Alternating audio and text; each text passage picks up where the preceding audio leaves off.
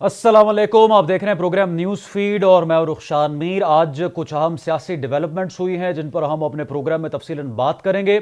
जो एक करारदाद सेनेट से मंजूर हुई थी, आज उस पर इलेक्शन कमीशन ने माजरत कर ली है और इलेक्शन कमीशन की जानिब से यह वाजे कर दिया गया है कि इंतखाबात को मुलतवी करना नामुनासिब होगा।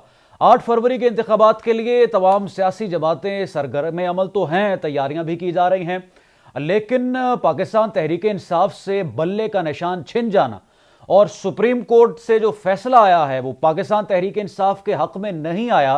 इसके बाद तहरीक इंसाफ की भी हिकमत अमली वाजे हो चुकी है। बैरिस्टर गौहर ने जो सुप्रीम कोर्ट के बाहर गुफ्तगू की, बहुत सी चीज़ें उन्होंने वाजे कर दी। इससे पहले भी इस तरह के इशारे तहरीक इंसाफ की तरफ से दिए जा रहे थे, लेकिन अब जो फहरिस्त आई है जिस पर तहरीक इंसाफ के रहनुमा इंतखाबात में हिस्सा लेने वाले हैं, वो फहरिस्त भी इंतहाई दिलचस्प है। मैं आपके सामने रखने की कोशिश करूँगा। जैसे कि आकिबुल्ला खान जो हैं पाकिस्तान तहरीक इंसाफ से, वो मोर के निशान पर इंतखाब में हिस्सा ले रहे हैं। मियाँ अब्दुल करीम चैनक के निशान पर हिस्सा ले रहे हैं। किसी को प्याले का निशान मिला है, किसी को हुक्के का निशान दिया गया है, किसी का इंतखाबी निशान बकरी है, किसी का इंतखाबी निशान प्रेशर कुकर है और किसी को जबान का इंतखाबी निशान दिया गया और किसी को मिला है फ्राइंग पैन। इस तरह से बड़ी दिलचस्प फहरिस्त है इंतखाबी निशानों की जो पाकिस्तान तहरीक इंसाफ के रहनुमाओं को 8 फरवरी के इंतखाबात के लिए दी जा रही है। अब सवाल यह है कि आज जो मुलाकात हुई है बानी PTI के अपने वकला से नईम हैदर पंजोता साहब जिसमें मौजूद थे, उसमें क्या एक तो हिदायत दी गई हैं और 8 फरवरी के इंतखाबात को लेकर जो उनके तहफ़्फ़ुज़ात थे और शिकायत थी, उस हवाले से क्या पेशरफ्त हुई है, हम इस पर बात करेंगे। नईम हैदर पंजोता साहब हमें प्रोग्राम में ज्वाइन कर रहे हैं। पहले इससे में हम बात करते हैं सियासी मंशूर जो मुख्तलिफ सियासी जमातों की तरफ से दिया गया है, मुआशी मंशूर और सियासी मंशूर, उस हवाले से हम बात करेंगे। पीपल्स पार्टी के जो को चेयरमैन है बिलावल भुट्टो, वो 4 से 5 मरतबा बता चुके हैं कि हम तनख्वाहों में 2 गुना इजाफा करेंगे, हम जो सार्फिन हैं उनको 300 यूनिट्स तक बिजली फ्री देंगे, तालीम फ्री होगी, लोगों को घर बना कर देंगे और बहुत से ऐसी उन्होंने अवाम के लिए जिसको कहते हैं कि स्कीम्स उन्होंने मुतारफ़ करवाई अपने मंशूर में, जो बज़ाहिर तो एप्लीकेबल होना या प्रैक्टिकल होना इंतहाई मुश्किल दिखाई देता है।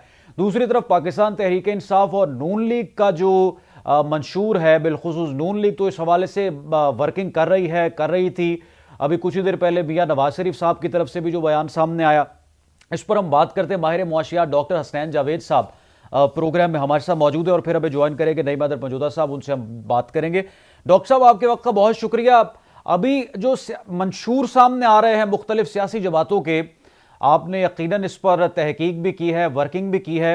ये पीपल्स पार्टी की तरफ से जो सामने आया है मंशूर, इज इट प्रैक्टिकल? ऐसा हो सकता है कि जो रिलीफ देने का बिलावल भुट्टो जिक्र कर रहे हैं वो हकीकी मानों में अवाम को मिले भी? जिस तरह से एक इंटरव्यू में उनसे सवाल भी किया गया कि ये तो हम कई दिहाइयों से सुनते आ रहे हैं कि ये चीज़ होगी और ऐसे नहीं होगा, ऐसे होगा, तो हकीकी मानों में नजर आ रहा है ऐसा कुछ?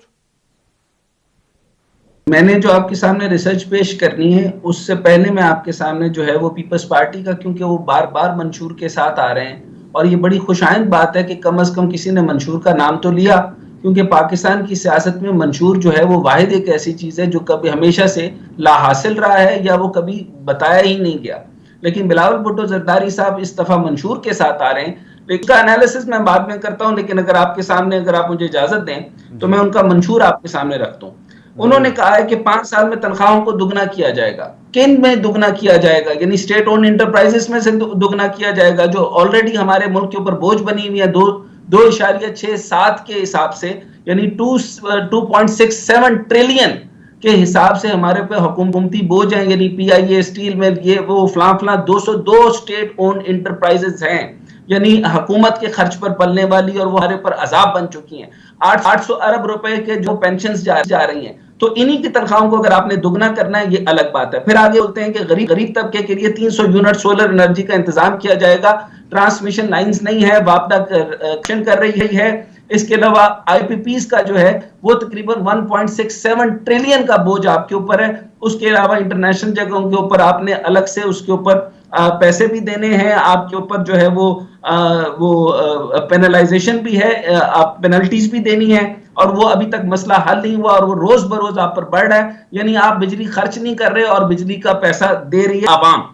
फिर वो लिखते हैं इस पे अपने मंशूर में कहते हैं कि गरीबों को मुफ्त बिजली दी जाएगी, हर जिले में कम कीमत पर बिजली पहुंचाएगी। मुमकिन है, कभी पॉसिबल नहीं होगा, और ये तो है ही नहीं मुमकिन, क्योंकि इसके ऊपर ना इन्होंने कोई ब्लूप्रिंट दिया। और इसमें मैं आपको ये भी बताता चलूं कि 18 पॉइंट्स होते हैं, इसका एनालिसिस मैं आपके सामने करूंगा।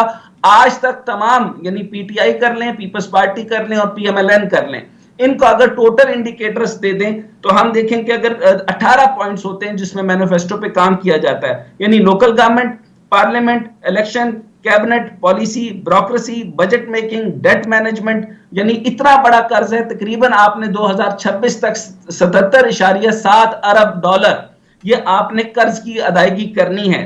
फिर उसके बाद रियल एस्टेट के ऊपर कोई पॉलिसी नहीं दी। अच्छा, वो मैं आपके सामने बाद में अर्ज करता हूं। एग्रीकल्चर है, एनर्जी है, टैक्सेशन है, टैरिफ ट्रेड है, स्टेट ओन्ड इंटरप्राइजेस जो बहुत बड़ा मसला है, और उसके बाद इंटरनेट। अच्छा, इसके अंदर अगर आप, मैं पीपल्स पार्टी का अगर आपके सामने जो मंशूर पेश कर रहा हूं वो आप सुन लीजिए, जो कि अच्छा, किसान को म्यारी तालीम के मंसूबे बरूए कार लाए जाएंगे। किस किसान को, कौन से किसान को, यानी स्मॉल होल्डर्स के बारे में तो वर्ल्ड बैंक ने भी आप रिपोर्ट जारी कर दिया कि किसी एक हारी को, एक मजदूर को भी कोई स्टेट, यानी स्मॉल होल्डिंग कहते हैं कि उनको उनका हिस्से की जमीन अलॉट कर दी जाती है और उसके ऊपर जितनी काश्त होती है उसके ऊपर उसका प्राइस मिलता है, कंपेटिटिव प्राइस। आप उन पे एहसान ना करें, नहीं दिया गया। पूरे पाकिस्तान में सेहत का मुफ्त निजाम होगा।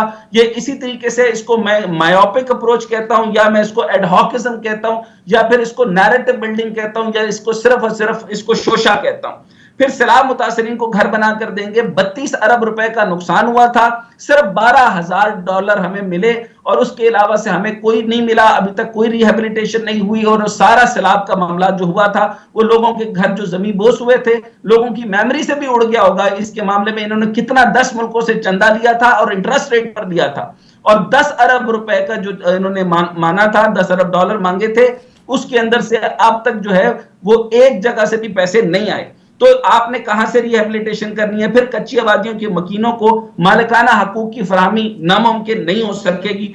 लेकिन ये कह रहे हैं गरीब आवाम को बेनजीर इनकम सपोर्ट की तर्ज पर मद फराहम की जाएगी। फिर वही बात, यानी आप सिर्फ और सिर्फ लोगों को मछली पकड़ना नहीं सिखा रहे, यानी कॉटेज इंडस्ट्री की नहीं बात की, प्रोडक्शन की बात नहीं की, बीज देने की, अच्छा बीज देने की बात नहीं की, फसल की बात नहीं की, बुआई की बात नहीं। सियासतदान को जरा मोटी बात करेगा जो समझ भी आए लोगों को, आम ब्लूप्रिंट तो मेरे पास है ना जी। अब मैं ब्लूप्रिंट आपके पास बता रहा हूं कि इस पूरे के पूरे जो मैंने आपके पास बताए, तो अगर सिर्फ 2 पॉइंट और बता के फिर मैं बता दूं कि पीपल्स पार्टी का अगर फॉर एग्जांपल में, यानी टोटल मैनिफेस्टो में आज तक किसी ने 100% तो इसको कभी एड्रेस ही नहीं किया। जो टोटल 20 है पीपल्स पार्टी का, जो मेरे पास रेट आ रहा है, आप अंदाजा करेंगे सिर्फ 1.5, और पीपल्स पार्टी का टोटल मंशूर आज तक जो उन्होंने गुफ्तगू की, यानी इसमें उन्होंने सिर्फ हमेशा ये कहा कि हम सिर्फ जम्मू कश्मीर के ऊपर बात करेंगे और इसको ओवरशैडो नहीं होने देंगे। ये इनका सिर्फ नैरेटिव रहा है। इसके अलावा मंशूर के अंदर टेक्निकल ब्लूप्रिंट किसी एक चीज का नहीं है। मसलन अगर आप ये देखें कि लोकल गवर्नमेंट का पॉइंट अगर निकाले, मैं आपके सामने अब पॉइंट रखने से पहले 3 पॉइंट जो है वो पीपल्स पार्टी के मैं रख दूं। ये गुफ्तगू का मकसद ये नहीं है कि मैं क्रिटिसिज्म कर रहा हूं। इस गुफ्तगू का मकसद ये है कि इन्होंने इकोनॉमिस्ट से बात नहीं की, इन्होंने ये जिक्र नहीं किया और सिर्फ लारा लगाने वाली बात की है। लेकिन फिर भी मैं अप्रिशिएट कर रहा हूं बिलावल भुट्टो जरदारी साहब को, कम से कम वो मैनिफेस्टो पर बात कर रहे हैं तो कम से कम मेरे ख्याल में सीरियस भी हो जाएंगे, और अपने बाकी लेगेसीज जो हैं वो सिर्फ और सिर्फ अब उनको होना पड़ेगा कि मईशत को मजबूत अगर ना किया तो उनकी ये लेगेसीज भी कायम नहीं रहेंगी। तो आगे वो कह रहे हैं कि गरीब आवाम को बेनजीर इनकम सपोर्ट पर चैरिटी चैरिटी चैरिटी, फिर कह रहे हैं किसान कार्ड जारी किया जाएगा। उस कार्ड के ऊपर क्या मिला आज तक? 76 साल के अंदर मुझे कोई ब्लूप्रिंट नहीं मिला। मजदूरों के लिए बेनजीर इनकम कार्ड दिए जाएंगे, मजदूर की वेज रेट को 32,000 करेंगे, नहीं करेंगे। आज तक किसी गार्ड को 20,000 से ऊपर कभी नहीं रखते, और मजारे जो हैं आज भी आप सिंध में चले जाएं 12,000, 8,000, 4,000 गंदम दे दी, इस तरह तो वेज रेट आज तक एलोकेट नहीं हुआ, ब्लूप्रिंट नहीं मिलता। नौजवानों को यूथ कार्ड के जरिए मदद फराम करेंगे, तमाम डिवीजनों में यूथ सेंटर कायम किए जाएंगे। मुझे इसमें बताइए कि आपको इस पूरे के पूरे डिजाइन जो मैंने आपके सामने अर्ज किया है, इसमें आपको कहीं पे एजुकेशन मिल रही है? इसको ना आपको इंफ्रास्ट्रक्चर के ऊपर बोला, ना एम्प्लॉयमेंट पे बोला डॉक्टर कि साहब, एम्प्लॉयमेंट आपने नहीं इसकी देनी। तफसील बयान की, जो पॉइंट्स हैं आपके पास, आपने ज़ाहिर है इस पर रिसर्च भी की है। मैं आपसे सर ये जानना चाह रहा हूँ कि अब तक जो पीपल्स पार्टी की तरफ से मंशूर सामने आया या नून लीग की तरफ से अभी प्रॉपर तो बात नहीं की गई, या जिसे कहते हैं कोई डॉक्यूमेंटेड या पेटेंट बात तो नहीं की गई, लेकिन मियां नवाज शरीफ इशारों में और जो उनके तर्जुमान है उन्होंने भी मुतअद्दिद बार जिक्र किया कि हम इस मरतबा ये तब्दीली लाएंगे, और माजी की हुकूमत की तरफ इशारा देते रहे वो कि जब हमने पाकिस्तान को छोड़ा था तो मामलात ऐसे थे, हालात इतने आसूदा थे, दोबारा हमें मौका मिला तो पहले से भी ज़्यादा बेहतरी आएगी मुल्क में। इन सारी बातों और दावों में प्रैक्टिकल अप्रोच किस सियासी जमात की नजर आ रही है आपको बतौर एक इकोनॉमिस्ट? अच्छा, चलें आप ये सुन लीजिए। अगर मैं सिर्फ यानी यूं समझ लें कि हर इंडिकेटर को 100 पॉइंट्स, जो मैंने आपको 18 इंडिकेटर बताए, उनमें से सिर्फ को सबको आप दे दें, हर एक इंडिकेटर को 100 पॉइंट दे दें। पीपीपी का अच्छा, उनमें से सिर्फ और सिर्फ ने 20 को एड्रेस किया। उस 20% में भी जो पीपीपी का स्कोर निकल रहा है वो 17 इंडिकेटर, यानी 18 इंडिकेटर में से सिर्फ 17 को एड्रेस किया, यानी जिसमें ये बेनजीर इनकम स्टेटमेंट वगैरह आती है, तो उसमें इनका पॉइंट है 0। पीटीआई ने जो किया उनमें से उन्होंने 13 को एड्रेस किया था, और 13 को एड्रेस किया था, और इस तरह पीएमएल ने 12 को किया था। इसको कुल मिलाकर अगर आप देखें कि किसी ने भी सॉलिड किस्म का सब्सटेंसिव मैनिफेस्टो तो नहीं बनाया। अब अगर मैं आगे सेग्रीगेट कर दूं तो 20% में से टोटल तकरीबन निकलता है 12%, और पीएमएलएन का मैनिफेस्टो से सिर्फ 7%, और पीपल्स पार्टी 1.5% पे। ये मैं कैलकुलेशंस बता रहा हूं। अब वजह यह है कि स्टेट ओन इंटरप्राइजेस के अंदर सारी की सारी सरकारी तकरीरें, उनकी तनख्वाहें इजाफा करेंगे, और फिर आप लैंड रिफॉर्म नहीं करेंगे। बिलावल भुट्टो जरदारी साहब की अपनी 2,50,000 एकड़ जमीन है, क्या उनके मालकाना हकूक अपने हारियों को देंगे? ऑफ कोर्स इसमें कहीं नहीं लिखा। इसी तरीके से एजुकेशन का बजट किधर है? एनडीए एनएफसी अवार्ड का किधर है? बजट का ब्लूप्रिंट किधर है? एजुकेशन का अगर मैं बजट निकालूं तो पर बंदा सिर्फ 4 रुपए आ रहा है। तो मुझे बताइए कि किसी ने बजट लिखा है? इन्होंने ये लिखा है कि पेंशनर्स का 800 अरब रुपया देना है। तो जब बजट बनता है तो पेंशन निकाल लें, उसके फंड निकाल लें, कर्जे का मालियत को वापस कर दें, और जितने टैक्स को बजट को एलोकेट किया जाता है उसका तो बजट ही पूरा नहीं होता। यानी आप यूं समझ लें कि 17 इंडिकेटर्स तो यूज ही नहीं हो रहे। एजुकेशन और हेल्थ, इन दो का ही बजट मुझे बता दें कि कितने फीसद कहां से एलोकेट होगा। अभी आपको ट्रांच मिलनी है, आपको पास सिर्फ 70 करोड़ डॉलर जो है वो इस दफा आईएमएफ ने देना है। खजाना खाली है, कहां से पैसे देंगे? सिंपल पॉइंट मैंने आपके सामने रख दिए। और इसके बाद आप ये देख लें कि जो स्टेट ओन्ड इंटरप्राइजेज हैं, कभी आप मुझे ये बताएं कि पीआईए के ऊपर हाथ डालेगा? क्योंकि सबसे ज्यादा तो पीपल्स पार्टी का आदमी बैठा है। इसी तरीके से ना जमात इस्लामी हाथ डालेगी, ना मुस्लिम लीग नून डालेगी। और पीएमएलएन का बताऊं, नवाज शरीफ साहब ने एक ही मंत्रा दिया है जिसकी वजह से उनको वापस लाया गया। उन्होंने कहा कि मैं टोटल इकोनॉमी को अनकन्वेंशनल कर दूंगा, यानी इसमें मिडिल क्लास का कोई काम नहीं है। ऊपर के जो बिजनेसमैन है उनको फायदा होगा, उन्हीं को सब्सिडीज देंगे, उन्हीं को सब कुछ देंगे। और ये जो टैक्सेशन है वो लॉस जो पिसेंगे ये वो लोग हैं जो तनख्वाह ले रहे हैं, और उनकी तनख्वाह जो है वो 800 अरब रुपए के करीब जो है उनके टैक्स करके उनको सीधा चला जाएगा हुकूमत को। इसी तरीके से बिजली के ऊपर बात की, मैं जानना चाहता हूं, आप दुरुस्त कह रहे हैं बिल्कुल। मैं ये जानना चाहता हूं कि अब नून लीग की तरफ से जो मंशूर पेश किया जा रहा है या पीपल्स पार्टी की तरफ से, अब नवाज शरीफ साहब की हम बात कर लेते हैं। जिस तरह से हमने पहले भी जिक्र किया कि अपनी गुज़श्ता हुकूमत का वो जिक्र करते हैं कि हम तो IMF के चुंगल से बाहर निकाल चुके थे पाकिस्तान को। वो अशियाए खुर्रोश के निर्खों के हवाले से बात करते हैं। वो ये कहते हैं कि हमने बिजली सस्ती थी, पेट्रोल सस्ता था, चीज़ें सस्ती थी, लोन्स हमारे पर कम थे, इंटरनेशनली हम इतने जकड़े नहीं हुए थे जितना तहरीक इंसाफ ने। अब अगर दोबारा से वो बात करते हैं बेहतरी की, तो क्या उसको अवाम किस तरह से परख सकती है? पैमाना क्या होगा? पहले फौरी तौर पर क्या मेजर्स लेने चाहिए हुकूमत को जो भी तश्कील? आप देखिए कि पीएमएलएन के जो नवाज शरीफ साहब आए हैं, सबसे पहले उन्होंने मुलाकातें आवाम से की हैं? बिल्कुल नहीं। इन्होंने चैम्बर ऑफ कॉमर्स से की है और उनको बिजनेस कम्युनिटी को बताया कि मैं टोटल अनकन्वेंशनल कर दूंगा, यानी जिधर से पैसा लाना ले आओ और जिधर लेके जाना ले जाओ, हुंडी करो, हवाला करो, कोई नहीं पूछताछ होगी। इसी तरीके से ब्लैक मार्केट, ग्रे मार्केट जो अब तक रोक के बैठे हैं, मैं इसको कहता हूं अभी इकोनॉमी होल्ड पर है। इस वजह से आपका डॉलर अभी मुस्तहकम है और रुपए वैल्यूएट हो रहा है। इसके बाद जब आप ये सारी चीजें खोल देंगे और बिजनेसमैनों को खुल के खेलने देंगे, कंपेटिटिव प्राइस आप मार्केट पे नहीं छोड़ रहे, यानी कंपेटिटिव प्राइस करते हैं कि मार्केट मार्केट अपना रेट खुद तय करेगी, लेकिन ऐसा नहीं होगा। यानी गवर्नमेंट का फुटप्रिंट कम करने की बात की, इन्होंने कहा कि बाबू साहिबान खत्म हो जाएंगे, इन्होंने कहा एसआरओ खत्म कर देंगे, इन्होंने कहा कि ब्यूरोक्रेसी से जो है ना इजाजत नहीं लेनी पड़ेगी। तो नवाज शरीफ साहब कह रहे हैं खाई जाओ भाई, खाई जाओ, खाई जाओ, कह रहे जिन्नी तोड़े को अन्नी पहनी ओनी अन्नी पाई जाओ। इनका टोटल मंशूर तमाम बिजनेस चैंबर्स के साथ, और से उधर से गुजरावाला से, सारे चैंबर से जिससे जिसे बात की है, बिजनेस कम्युनिटी इनको लेकर आना चाहती है क्योंकि उनके मुनाफे डबल हों। और इसी तरीके से ये सारे स्टेट ओन इंटरप्राइजेस के एवज आपको डॉलर बॉन्ड दे रहे हैं। तो जो इसहाक डार साहब मुसलसल इस 30 साल के अंदर पाकिस्तान को इनकी माशी मामलात ने जितना नुकसान पहुंचाया, क्या पाकिस्तान दोबारा से इन्हीं लोगों से अपनी मईशत को बर्बाद करवाना चाहता है? आप सारे देख लें कि इन्हीं के तो सारे स्टॉक्स हैं, इन्हीं के सारे शेयर्स हैं, इन्हीं के ओजीडीसी है, इन्हीं के सारे मामला लेंगे। एक मुख्तसर सा ब्रेक और नाज़रीन गुफ्तगू के सिलसिले को यहां से आगे बढ़ाएंगे, हमारे साथ रहिए।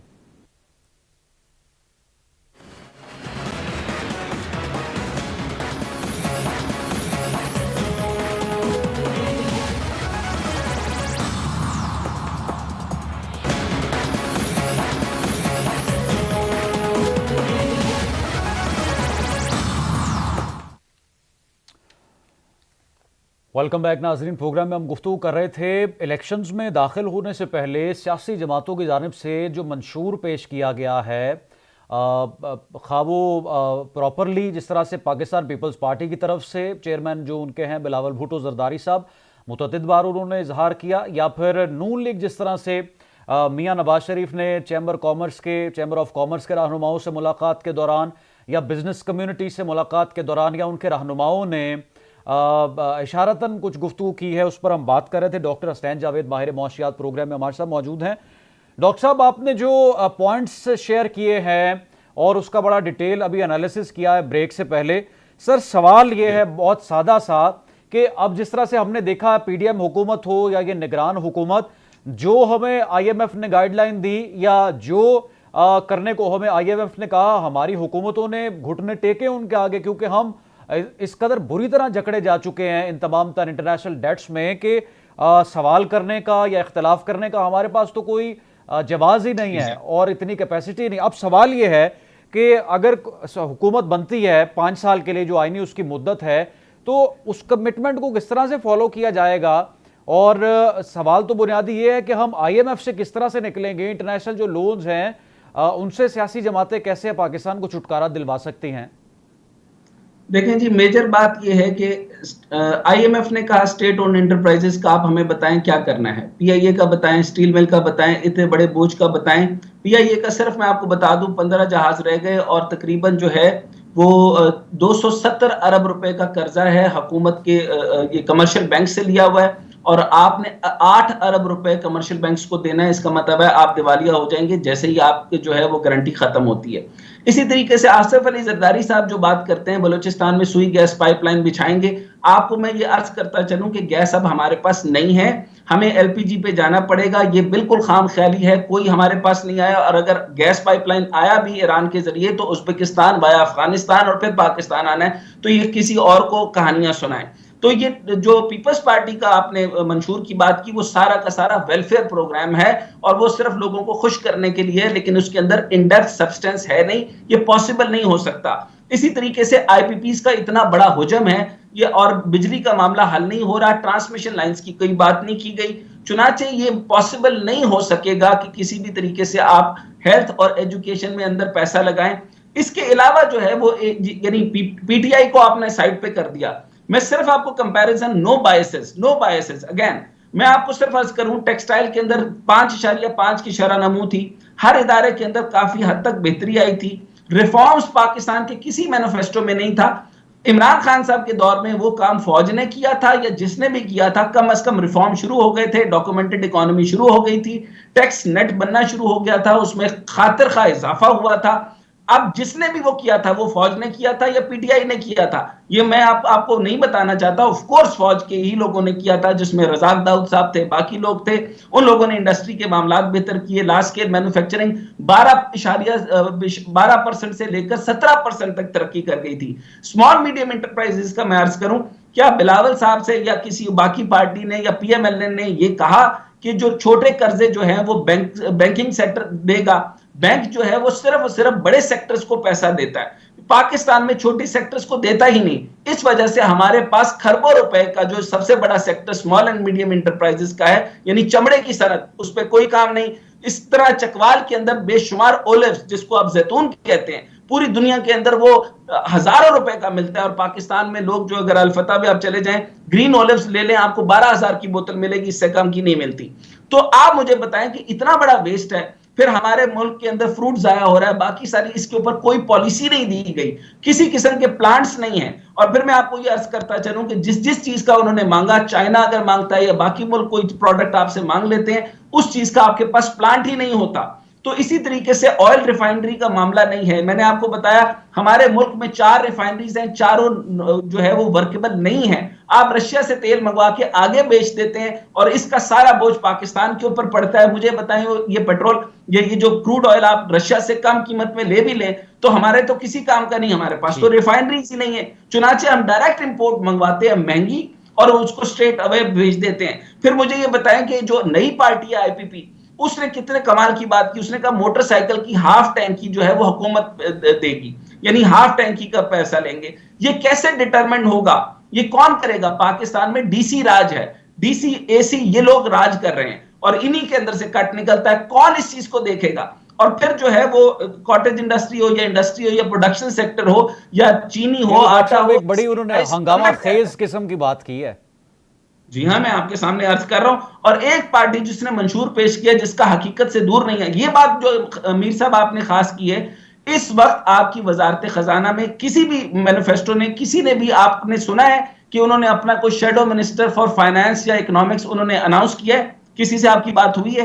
किसी से आपने गुफ्तगू की है कि उन्होंने ये ब्लूप्रिंट उन्होंने फाइनेंस का रकमों के साथ आपको बताया कि एनडीएफसी में ये होगा, पीएसडीपी फंड जो होगा वो इतना होगा, एलोकेशन ऑफ बजट इतने होंगे? नहीं है। और खास बात बता दूं, आप 24वें प्रोग्राम में जा रहे हैं, ये स्टैंड बाय एग्रीमेंट है, इसके बाद आप मजीद जकड़े जाएंगे। आपके हाथ में तो फाइनेंसेस है ही नहीं, फाइनेंस तो सारा का सारा आईएमएफ के हाथ में, और सारे मुल्क की जो मेन चीजें वो गिरवी ऑलरेडी रखी जा चुकी हैं। तो मुझे बताएं कि कौन बनाएगा? इस पे मजेदार बात यह है कि जमात इस्लामी, जो कि मैंने एनालिसिस में भी उसको नहीं लिया, वो वजह यह है कि उसको हुकूमत में आने किसी ने नहीं देना। अब ये ज्यादती होगी कि अगर मैं उनको बात कर रहा हूं। एक बात ये मैं जरूर इनको एप्रिसिएशन देना चाहूंगा कि जमात इस्लामी वाहिद जमात है जिसने कॉम्प्रिहेंसिव मंशूर देने की कोशिश की है, जो लोगों ने ना सुना है ना उन्होंने तवज्जो देनी है। उस पर उन्होंने ये कहा है कि नाजायज मुनाफाखोरों, माफिया, कार्टल्स, ये वो फला फला, ये सारी वो बातें, इनडायरेक्ट टैक्स, डायरेक्ट टैक्स, ये सारी वो बातें जो हम पाकिस्तान के कोई भी फाइनेंस मिनिस्टर डिसीजन नहीं ले सकता। इसहाक डार साहब ने से मिला के ये 30 साल पीपल्स पार्टी और पीएमएलएन ने ये मईशत को इतना बर्बाद कर दिया कि आप जो कुछ करेगा वो आईएमएफ करेगा। अब आईएमएफ चाहेगा तो स्क्वीज करेगा, आईएमएफ तबाह करे, आईएमएफ बर्बाद करे। आईएमएफ की तो वहां की जो उनकी सेक्रेटरी जनरल थी, उन्होंने कह दिया कि हम कह रहे हैं कि आप भारी टैक्स जो है वो अशराफिया पे लगाएं, आप आवाम पे ना लगाएं।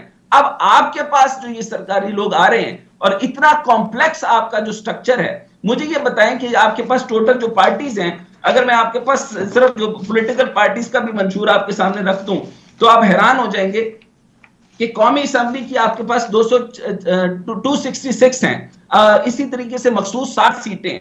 और अब आपकी जो है वो नई जो आपकी कॉन्सिक्वेंसेस बन रही हैं, जो आपकी कम हो गए, पहले आपके पास 342 थी, अब आपके पास 336 हैं। इनकी फंड एलोकेशन किसने करनी है? इनमें से किसी एमएनए और एमपीए ने, सबने फंड खा जाना है, क्योंकि एक एक इलेक्शन के ऊपर कितना पैसा लग रहा है। तो टोटल रबिश, यानी 50 अरब रुपए का ये इलेक्शन होने वाला है, सब लोग पैसा लगाएंगे, हुकूमत में आएंगे, वजीर साहब अपना डबल पैसा बनाएंगे, वापस चले जाएंगे। तो आपके सामने ये मैंने अर्ज कर दिया है, इसके ऊपर मैं डिटेल में आपके साथ बात करूंगा। ये मखसूस सीटों का सारा चक्कर है, यानी आप ये देखें कि 26.5 सीटें, अब आपने कभी ये सुना है कि 26.5 सीटों पे एक अकलियती सीट मिलती है? इसी तरीके से अगर आपके पास 169 सीटें हों, और अच्छा केपीके सिंध और बलूचिस्तान में जो मखसूस सीटें जो खवातीन हैं वो तो दी जा रही हैं, लेकिन उसके अंदर अकलियती सीटें ही नहीं है। सो मुझे ये बताइए कि ये स्ट्रक्चर कौन बना रहा है, ये ब्लूप्रिंट कौन बना रहा है? अगर जमात इस्लामी मंशूर बना रही है तो वो हकीकत से इतना दूर है कि सूदी निजाम का खात्मा कर देंगे। अभी भाई डॉक्टर साहब साहब, ये आज की खबर पर भी ज़रा हम आपसे कमेंट ले लें। अब महंगाई से जो परेशान अवाम है उसके लिए एक बड़ी मुस्बत खबर आई है। ओगरा ने पेट्रोलियम मसनूआत की कीमतों में रद्दोबदल से मुतल्लिक जो समरी है वो हुकूमत को भिजवा दी, और मुतवक्को है कि पेट्रोल भी सस्ता हो रहा है, डीजल, तमाम जो पेट्रोलियम मसनूआत हैं उनकी कीमतों में वाज़े कमी लाई जाएगी। ये इलेक्शन से पहले एक अवाम के लिए ज़रा माहौल पैदा किया जा रहा है, या जिस तरह से रुपया मुस्तहकम हो रहा है, डॉलर नीचे आ रहा है, चीज़ें बेहतरी की तरफ भी जा रही हैं? काकड़ साहब किसके हैं, सोलंकी साहब किसके हैं, ये पूरी की पूरी फेडरल में जो कैबिनेट बैठी है वो किसकी है? वो पाकिस्तान मुस्लिम लीग नून को लाना चाहती है ना। नून लीग को लाने के लिए मैंने आपको कहा था डॉलर भी स्टेबल हो जाएगा और उसके बाद जो है वो कुछ अरसे के लिए पेट्रोल भी सस्ता हो जाएगा। आप 8 फरवरी एग्जैक्ट गुजरने दें, मुझे आपने बुला लेना है, फिर मैं आपको बताऊंगा इनडायरेक्ट और डायरेक्ट टैक्स क्या होते हैं, बिल कितने आ रहे हैं, बिजली के बिल कितने आ रहे हैं, पेट्रोल के ऊपर क्या हो रहा है। आप सिर्फ और सिर्फ हनीमून पीरियड भी नहीं गुजरेगा, आप 60 दिन के अंदर ना सीखते रहे पूरी कौम, तो मुझे बता दीजिए आप बेसिक निजाम की तब्दीली नहीं चाह रहे। इस निजाम के अंदर ये बोसीदा निजाम है, ये फंक्शनल निजाम ही नहीं है, ये पार्लिमानी निजाम के अंदर जो है वो कोई मेरिटोक्रेसी के ऊपर है नहीं। देखिए मोटी मोटी बात मैं आपको समझा दूं, अर्ज कर दूं, माजरत के साथ मैं आपको समझा तो नहीं सकता, आपको खुद अच्छी तरह पता है, लेकिन स्टेट ओन एंटरप्राइजेस इसमें कोई टांग नहीं अड़ाएगा, क्योंकि अपनी सियासी तकर्रियां हुई हैं। ये लोग आते हैं, चाय पीते हैं, चले जाते हैं और ग्रेड्स लेते हैं, पेंशन लेते हैं, लुटते हैं और फुटते हैं। तो फिर बताएं कि ये नहीं हो सकता। आईपीपीस का मसला ये हल नहीं कर सकते। ज़राअत फ्यूडल्स के पास है तो पीपल्स पार्टी तो इनमें से कोई फ्यूडल्स जो है वो अपनी जमीनें अपने हारियों को देगा, स्मॉल होल्डर्स बनाएगा उनको। जो अच्छा सोलर की बात जो कर रहे हैं, मैं आपको अपनी मुसद्दका रिपोर्ट दे रहा हूं, ठीक। सोलर के ऊपर बार बार सारी पार्टीज बात कर रही हैं। ये क्या करने लगे हैं कि नए पावर प्रोजेक्ट्स लगा के उसमें से भी पैसा खाएंगे। आपको याद होगा कि राजा रेंटल साहब के नाम से मशहूर थे, उन्होंने एक नया प्रोजेक्ट निकाला था जिसके अंदर सबसे महंगी बिजली बनाई थी, और रेंटल पावर प्रोजेक्ट ने पाकिस्तान की मईशत को डुबो के रख दिया। अब नए सारे आप ये देखें कि कोई भी हुकूमत मैनिफेस्टो पहले इसको ठीक करती है, डीफ्रीज करती है, अब ये क्या करते हैं, ये आके सारे इंफ्रास्ट्रक्चर प्रोजेक्ट खोल देते हैं। आप याद रखें करप्शन का सबसे पहला तरीका ये होता है प्रोजेक्ट लॉन्च कर दो। उस प्रोजेक्ट का फॉर एग्जांपल 4 अरब रुपया बन रहा है तो सीधा सीधा 3 अरब रुपए जेब में, दरमियान में प्रोजेक्ट रखे गए, उतनी देर तक सियासत चलती रही। देखिए हम हॉस्पिटल बना रहे हैं, ये देखें इतने लेंटर डल गए, यहां तक पहुंच गए हम, और इसके बाद अगली हुकूमत में हम आएंगे तो हम आपके लिए जो है वो खवातीन के लिए जो है वो मैटरनिटी हॉस्पिटल्स बना देंगे, स्कूल बना देंगे, कॉलेजेस बना देंगे, और सारा बजट एलोकेट जो प्रोजेक्ट्स में हुआ होता है वो खा जाते हैं। पुलों में, ये जो सड़कों में, ये सारी की सारी खपत होकर ये खा पी जाएंगे। तो इसके लिए वो आदमी चाहिए जो पाकिस्तान से संजीदा हो, ये वो चाहिए जो रोड नेटवर्क्स बनवाता हो और साथ इंडस्ट्री डेवलप कराता हो। बहुत और जब शुक्रिया। इंडस्ट्री नहीं है तो स्टेट और इकोनॉमिक्स भी नहीं है ना। बहुत शुक्रिया डॉक्टर अस्टैन जावेद साहब, प्रोग्राम में हमारे साथ मौजूद थे। नाज़रीन, वक्त खत्म हो गया, कल आपसे दोबारा मुलाकात होगी। देखते रहें कैपिटल टीवी। अल्लाह हाफ़िज़।